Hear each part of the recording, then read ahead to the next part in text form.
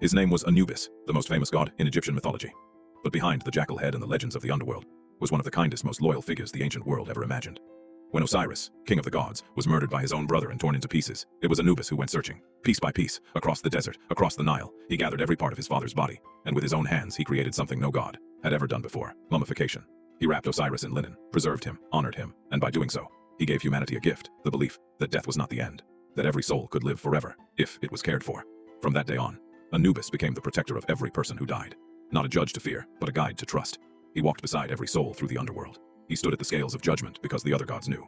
He could not be bribed, he could not be tricked. He was fair to kings and slaves alike. He never abandoned the dead. He never asked for a throne. He never demanded worship. He simply did the work, century after century, dynasty after dynasty. That is why, 3,000 years later, we still remember his name: Anubis, the guardian, the healer, the most loyal god of them all. Follow for more.